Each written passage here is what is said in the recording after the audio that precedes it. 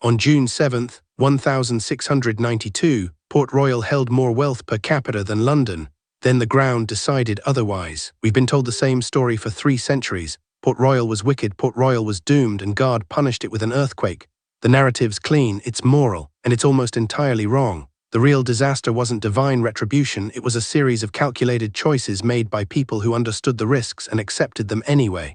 By the time the ground stopped shaking, 2/3 of the city was underwater. But the earthquake alone didn't kill Port Royal. That's where most accounts stop. We need to trace back further. In the 1660s, Port Royal was Jamaica's capital and the richest city in the Western Hemisphere per person. A merchant could arrive with nothing and leave with a plantation. The reason? It was a pirate's port. The British Crown had made a calculated decision: license privateers to raid Spanish ships, keep the wealth flowing to Jamaica, and avoid the cost of a proper naval force. It worked beautifully for a while. By 1680, the privateering game was over. European powers had signed treaties. Spain and England were no longer at war, but Port Royal's economy had been built on raid money. The choice facing merchants and officials was brutal: diversify into legitimate trade or double down on actual piracy. Most chose to stay. They knew the risks. The Crown knew too, and they all decided the profits were worth it. Port Royal's physical position made it uniquely vulnerable, a fact everyone living there understood. The city sat on a narrow sandspit called the Palisadoes, jutting into Kingston Harbour. Shallow water on both sides, no bedrock, just sand and silt loosely packed. The ground was literally unstable. Builders knew this, sailors knew this, officials knew this. They built anyway, 3-story brick buildings on a foundation of wet sand. On the morning of June 7, 1692, at around 11:43 a.m., the first tremor hit. Witnesses reported it felt like waves rolling under the earth. Buildings swayed, chimneys cracked, but Port Royal had survived tremors before. The decision to stay, to rebuild, to keep trading seemed vindicated. Then the second shock came. This time, the ground didn't just shake, it liquefied. When sand saturates with water and experiences sudden shaking, it loses all structural integrity. It flows like liquid. The Palisadoes began to collapse into the harbor. Buildings that had stood for decades sank in seconds. The fort, the warehouses, entire city blocks gone. But the worst was the surge. The earthquake displaced massive amounts of water. A tsunami, maybe 12 feet high, rolled back over the sinking land. The numbers are staggering. Approximately 2,000 people died in the initial collapse and drowning.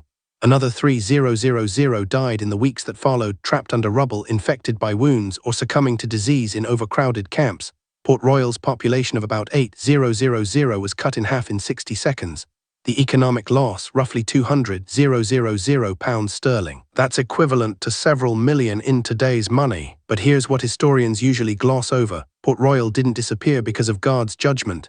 It vanished because the surviving merchants and officials made a second calculated decision. They chose not to rebuild it. Instead, they relocated the capital to Kingston across the harbor. Why? Because they'd learned something. The Palisadoes was geologically doomed.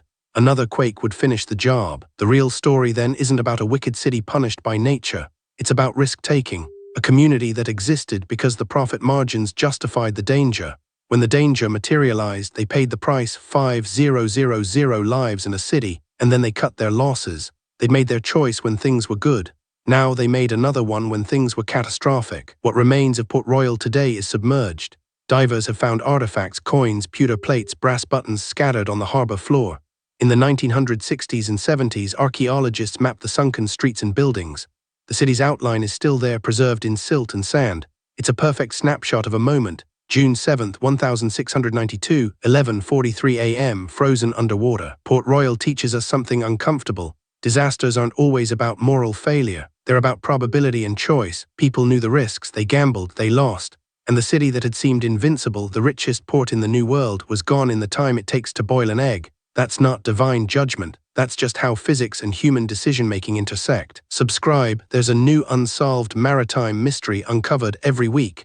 And the next one might rewrite everything you thought you knew about what's buried beneath the waves. Subscribe, there's a new unsolved maritime mystery uncovered every week. And the next one might rewrite everything you thought you knew about what's buried beneath the waves.